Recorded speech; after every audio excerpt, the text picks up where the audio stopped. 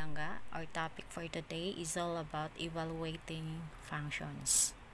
Kapag mag-evaluate tayo ng function mga langga, ibig sabihin nito, we have to find the value of the output natin ng f of x.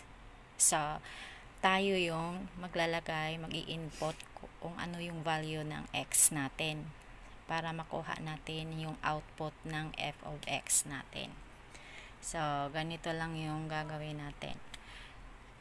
Halimbawa, kung ang value ng ilalagay nating input ng x is, if x natin is 5. So, ang solution natin dito, f of, kasi yung x natin is 5, palitan lang natin yan.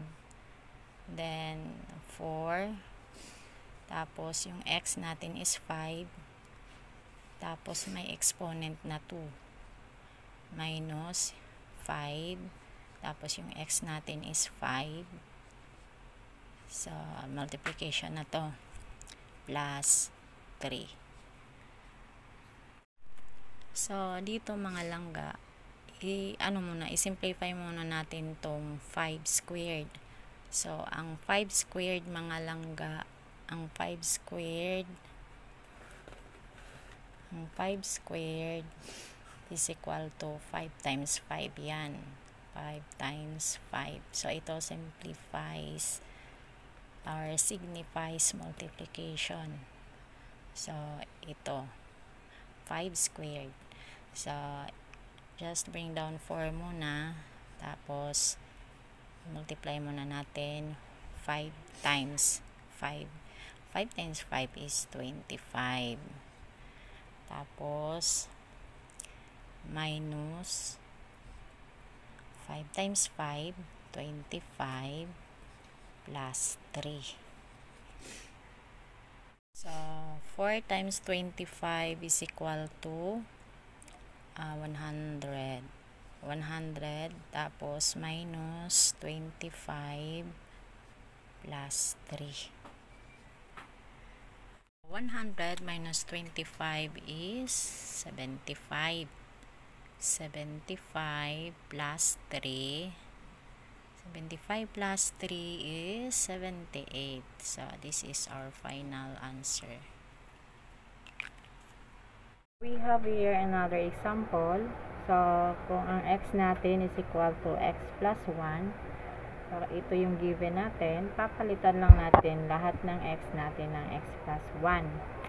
So, ito na yon, f of x plus 1. So, ang x natin is x plus 1 is equal to 4. Tapos, yung x squared natin, ang x natin is x plus 1. So, may exponent tayong 2 dyan, minus 5. Tapos, yung x natin is x plus 1 pa rin. Papalitan lang natin. Tapos, plus 3. So, ngayon, ang una nating i-simplify ay ito yung nasa loob ng parentheses, yung the quantity of x plus 1 with exponent of 2. So, i-apply natin ngayon ang perfect square na trinomial. So, ang formula ng perfect square trinomials ay ito yon, x plus y, tapos mayroon tayong exponent na 2, tapos ang maging sagot nito ay x squared, tapos plus 2xy plus y squared. Ayan. So, ang x natin, x pa rin, tapos ang y natin, ito yun, 1. Tapos exponent of 2. So, ito lang yung susundan natin. So, hanapin lang natin yung value nito. So, dito, x squared. So, ang x natin, x pa rin. So, x squared pa rin yan. Plus, ito, constant number yan. Gawin lang natin yung constant number na 2. Tapos, yung x natin ay x pa rin. So, times x. Tapos, yung y natin times 1. plus ang y natin is 1. Tapos mayroon tayong exponent na 2. So ngayon, simplify natin. Ito ay magiging x squared. Tapos 2 times x, 2x. Kapag mag-multiply tayo ng variable, mauna lagi yung number. So, plus yan. So, 2x. 2x times 1, 2x pa rin. Plus 1 squared is equivalent yan sa 1 times 1. So, 1 times 1 is 1.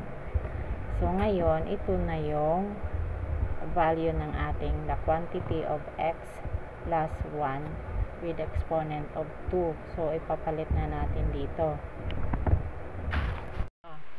So, ang value ng the quantity of x plus 1 with exponent of 2 is x squared plus 2x plus 1. So, ipapalit natin yan dito sa expression natin dito.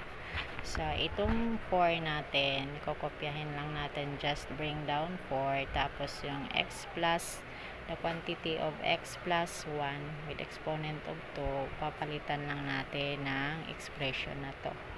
So, magiging x squared plus 2x plus 1. So, ito, i-distribute natin sa bawat equation dito sa loob. So, ito, negative 5 times x ay magiging negative 5x. Tapos, negative 5 times positive 1 is negative 5 plus 3. So, ngayon, ito naman yung i-distribute natin sa bawat expression sa loob. So, dito, 4 times x squared is 4x squared plus 4 times 2, 8. Tapos, kopyahin lang natin yung x. Tapos, plus 4 times 1 is 4 minus 5x.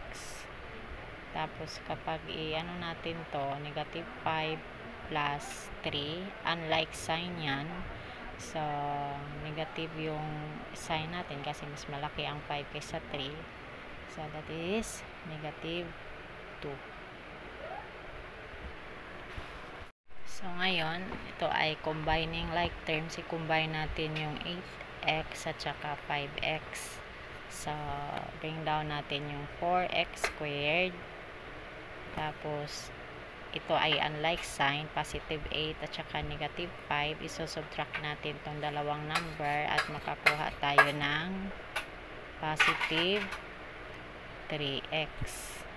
Tapos, meron pa tayong plus 4. Meron pa tayong minus 2. So, ang magiging sagot dito, just bring down 4x squared plus 3x. Tapos, ito naman, unlike sign. So, isubtract lang natin to. 4 minus 2 is 2. So, mas malaki ang sign ng 4. So, plus 2.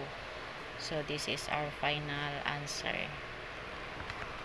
Ito lang muna yung tutorial natin ngayon. Sana ay nasundan nyo. Thank you for watching. Bye!